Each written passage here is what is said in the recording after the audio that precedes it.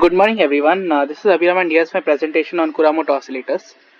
So, to start off with, I'll give you an overview of my work. I started off with an introduction of what the Kuramoto model is and its applications in biological systems like the glowing of fireflies and synchronization of power networks. And then I explained its dynamic equation, after which I sort of proposed an interesting measure of synchronization, which is the order parameter. And the order parameter always lies in 0 to 1, and the higher the R, the better the synchronization in a Kuramoto oscillator system. And after that, I looked at a graph theoretic formulation of Kuramoto oscillators, where we have an incidence matrix B, and using this incidence matrix B for some oriented graph, we define a Laplacian of this particular graph. And after defining the Laplacian for this graph, we have like a modified dynamical equation now. And this is like the graph theoretic knowledge that is used in deriving a lot of other results in the paper, like report. And after that, let's take the case of identical oscillators. So when you take identical oscillators, if the omegas are not all equal, the oscillators can't achieve phase synchronization. And the second result that I derived was that if we take a Kuramoto oscillator with some coupling k greater than 0, all the trajectories are going to converge to the set of equilibrium solutions, and this synchronized state is going to be locally asymptotically stable. And next, using the graph theoretic perspective from above, I derived bounds for existence of at least one stable point, and for the existence of exactly one stable fixed point. And then I looked at various notions of synchronization, that is to basically start off with the frequency and phase synchrony, and which are pretty much obvious from the definition, and then the phase cohesiveness, which follows from the graph theoretic perspective that we looked above, and then the asymptotic synchronization, which is basically like it happens when one of the above criterion is satisfied asymptotically. Then I present another two results where whenever there's frequency synchronization, the synchronization frequency is equals to the mean of the omega distribution.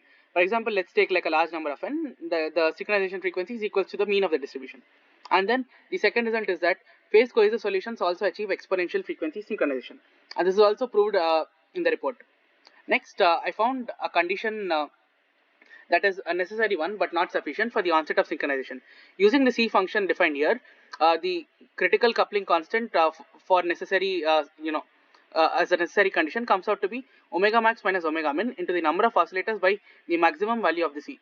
And this is a stronger bound than the bound mentioned in previous papers and Bullo's book.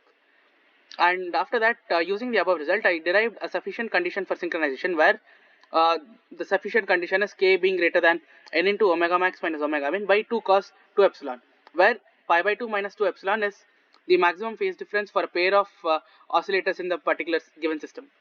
And after that, using a quadratic Lyapunov function and Lassalle's principle, we prove that synchronization will always occur with respect to at least one positive invariant set. After this, my work involved studying exponential synchronization from a graph theoretic perspective, which I've already mentioned in the report. Then coming to the applications and simulations, my first application was to discuss the AC power network and its dynamics, as you could see here. I also tried simulating this with decent results for the generator and the load. And the second example was the spring on a ring system, as you could see here. And the third, but also like the most interesting one, was the animal flocking or the vehicle flocking example, which tries building controllers using information only from the neighboring particles, which is basically similar to animal flocking behavior. And I also derived an animated result for this. So this is the animation that I made for vehicle flocking and coordination, 40-second long animation. And after that, a few other simulations that I carried out include with the order parameter for different k, that is 0.5, 1, 2 and 3. And as you can see, as we increase the k, the order parameter keeps reaching a higher minima, and eventually for k is equals to 3, the order parameter almost reaches 1.